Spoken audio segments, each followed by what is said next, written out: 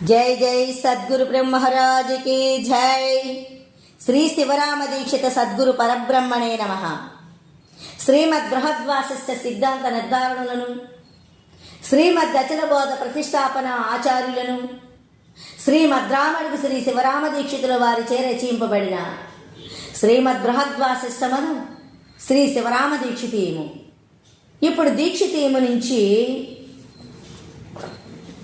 భ్రాంతిరహిత ప్రకరణములోని అధషోడశి స్వప్నము 5వ కళ.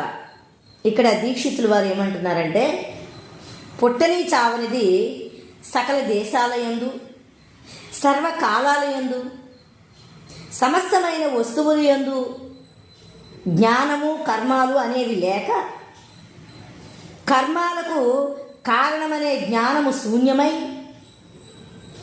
జగత్తు ఉన్నది లేదని ఎరుగక నిత్య సర్వగత స్థాను అచల సనాతన అని అయ్యింది కనుక ఈ బట్ట బయలే కానీ మరి ఒకటి లేదు.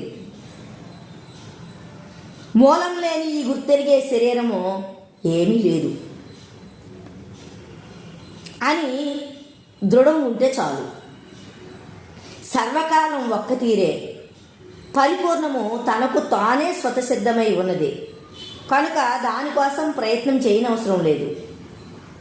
ఇక ఏదైతే ప్రయత్నం చేస్తుందో అదే ఏమీ లేదు. అందుకే మూలం లేని ఈ గుర్తెరిగే శరీరం ఏమీ లేదు అని రెప్పపాటులో సగకాలమైనా మరువకుండా ఉండాలి.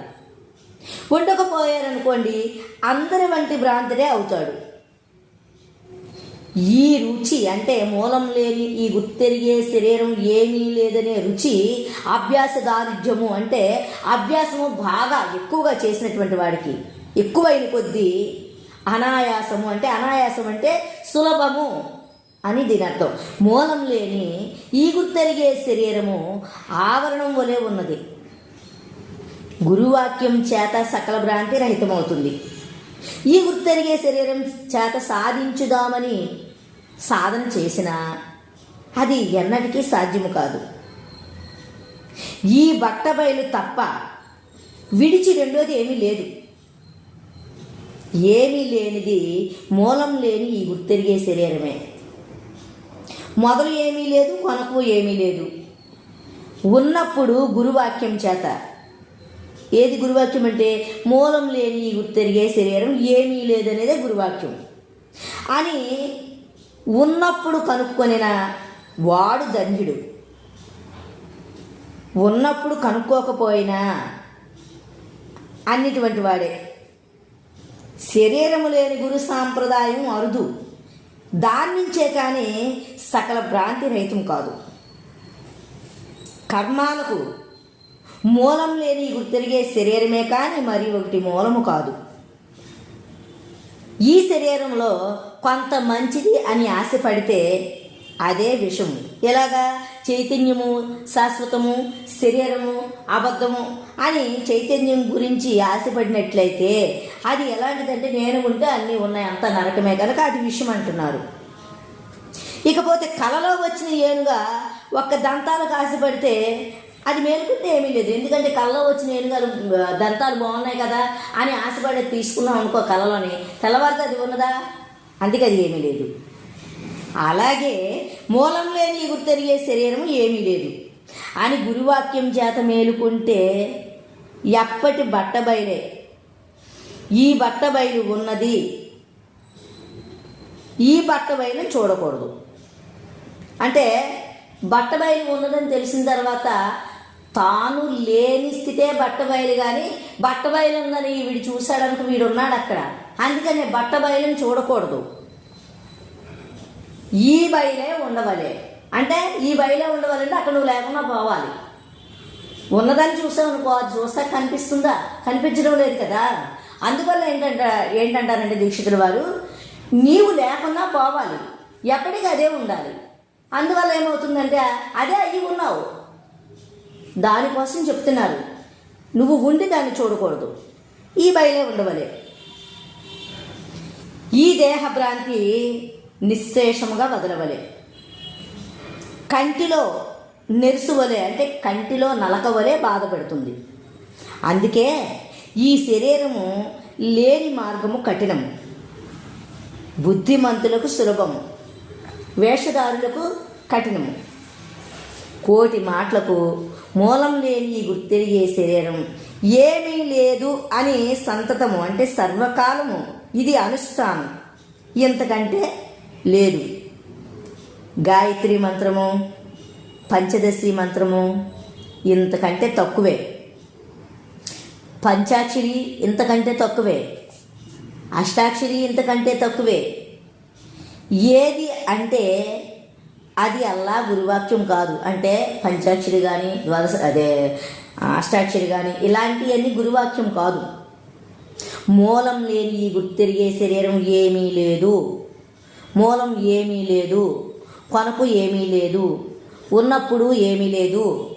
సర్వకాలం ఈ బట్టబయలు ఒక్క తీరుగా ఉన్నది. ఏమీ లేని బట్టబయలులో ఏమీ లేక ఉన్నవారు భ్రాంతి లేక ఉన్నవారు.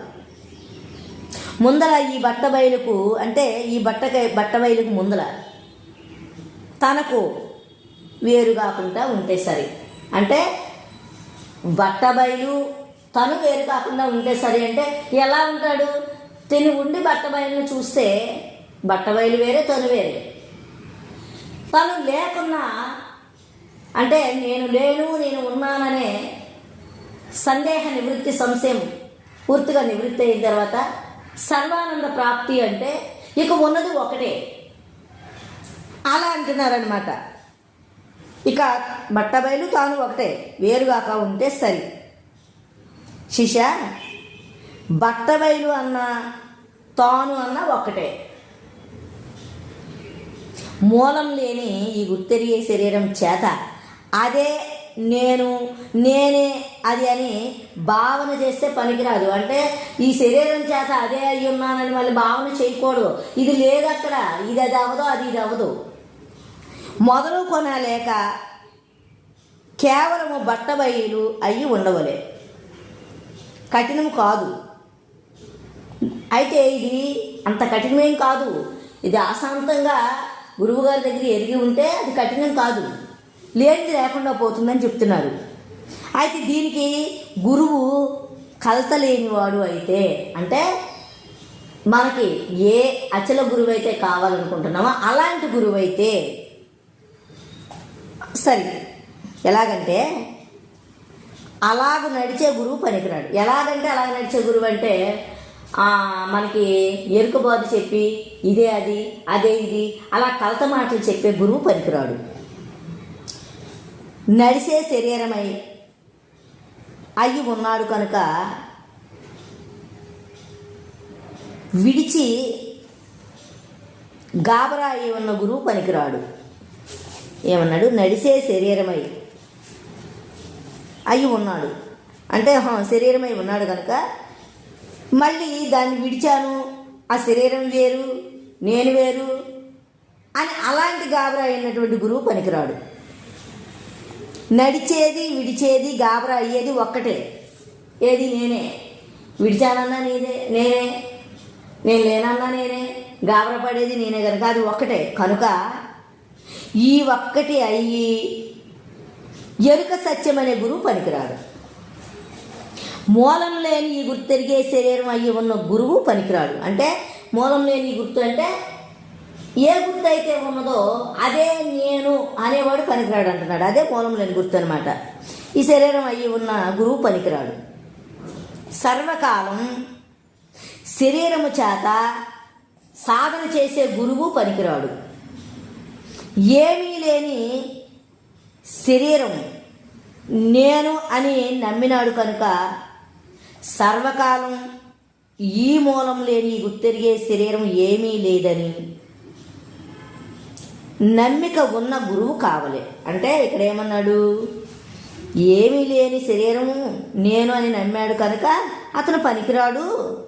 ఇక సర్వకాలము మూలం లేని గుర్తెరిగే శరీరం ఏమీ లేదని ఎప్పుడైతే అంత దృఢత్వంతో నమ్ముతూ ఇది లేనిదని నిశ్చయ బుద్ధితో ఉన్నాడో అలాంటి గురువు కావాలి. అటువంటి గురువుకు శరీరం లేదు కనుక చెయ్యా చేయుడు, విడువా విడవడు, పట్టడు. అంటే ఉంది అనడు, లేదు అనడు, తిన్నాను అనడు, తినను అనడు. అందుకనే తనకి శరీరమే లేదు. చేసేది దేనితోటి? అయితే స్వామి అలాగైతే గోడవలే ఉన్నాడా శిష్య? గోడే ఉంది. మరి స్వామి అలాగైతే శరీరం లేని గురువు ఏడి? శిష్య, శరీరం లేని వారికి ఇచ్చే ఉండదు. ఇచ్చ లేకుంటే కేవలం బట్టబయలువారు. అంటే శరీరం లేనటువంటి గురువుకి అది ఇదని ఇష్టానుసారము ఇచ్చ అని ఉండదు. ఏ సమయానికి ఏది ఉంటే అది తింటాడు, ఏ సమయానికి ఎక్కడ ఉంటే అక్కడ నిద్రపోతాడు. ఇది కావాలి అది కావాలి అని భావన ఉండదు. కాబట్టి అలాంటి వారే బట్టబయలై ఉంటారు అని చెప్తున్నారు. కేవలము బట్టబయలుకు రాకడా లేదు, పోకడా లేదు. లేదు లేదు అని నడిచేవారు కొందరు, ఉన్నది ఉన్నది అని నడిచేవారు కొందరు, అన్నీ విడిచి గాబరా అయ్యేవారు కొందరు. అందరికీ మూలం లేని గుర్తెరిగే శరీరమే. స్వామి, శరీరం వదిలిన గురువు ఉన్నాడో లేడో శిష్య? ఉండినా వారితో కూడా ఉండి చూడవలెను. చూస్తే శరీరం అయ్యి ఉన్నది, శరీరం లేక ఉన్నది తెలుస్తుంది. వారు భోంచెయ్యంగా కనిపెట్టి చూడవలే, నీళ్లు త్రాగంగా కనిపెట్టి చూడవలే. దేహమై ప్రవర్తించేది, దేహము లేక ప్రవర్తించేది తెలుస్తుంది. అంటే వాళ్ళు నీళ్లు తాగినా, వాళ్ళు భోజనం చేసినా, వాళ్ళు కూర్చున్నా, వాళ్ళు నిద్రించినా అక్కడ వాళ్ళకి దేహ అభిమానం ఉన్నదో లేదో చూసేవారికి అర్థమవుతుంది. అలా గమనించి అంటున్నారు. శరీరం లేక ఉండేవారి సామర్థ్యం సపసఖ్యం కాదు. సకల కౌతుకాలు శరీరం అయిన వారి దగ్గర కద్దు. వారికంటే మాయకులు వేరే లేదు. అంటే అలాంటి మాయ వాళ్ళు మాయతో ఉన్నారంటున్న మాయకులు అంటే మాయతో ఉన్నటువంటి వారు అని. ఇటువంటి వారి సహవాసం కలలోనైనా చేయకూడదు. సర్వకాలం కలలో వచ్చిన దేహం మేలుకుంటే ఎలాగూ ఏమీ లేదో అలాగే మూలం లేని గుర్తెరిగే శరీరమే నేను. ఈ శరీరము, ఈ గుర్తెరిగే శరీరమే నేను. ఈ శరీరము శూన్యస్వరూపం అయినా కానీ ఉన్నది అని కలలో వచ్చిన ఏనుగును, అంటే కలలో వచ్చిన ఏనుగును ఇనప గొలుసులతో కట్టి వేసుకొని కావలి పండుకుంటే మేలుకుంటే ఏమీ లేదు అని తనకు తానే దృఢం ఉన్నట్టు ఉండెనా ఈ శరీరం మందికి చూడ ఉన్నట్టు ఉంటుంది కానీ తనకు ఉన్నదని ఎరుకలేదు. లేదు అని ఎరుక లేదు. అంటే తనకు ఉన్నదని గుర్తు లేదు, లేదు అని లేదు. సర్వకాలం శరీరం లేక ఉన్నాడు కనుక ఈ శరీరము లేని ఈ బట్టబయలుకు శరీరం లేక ఉన్నాడు కనుక శరీరం లేని ఈ బట్టబయలుకు ఒకటి శరీరం ఉన్నది, ఎరుక లేదు అని ఎరుక, ఏమీ లేదు అని ఎరుక. సరే, ఈ భాగం ఇంతటితో ముగిస్తూ మళ్ళా రేపటి భాగంలో కలుసుకుందాం. జై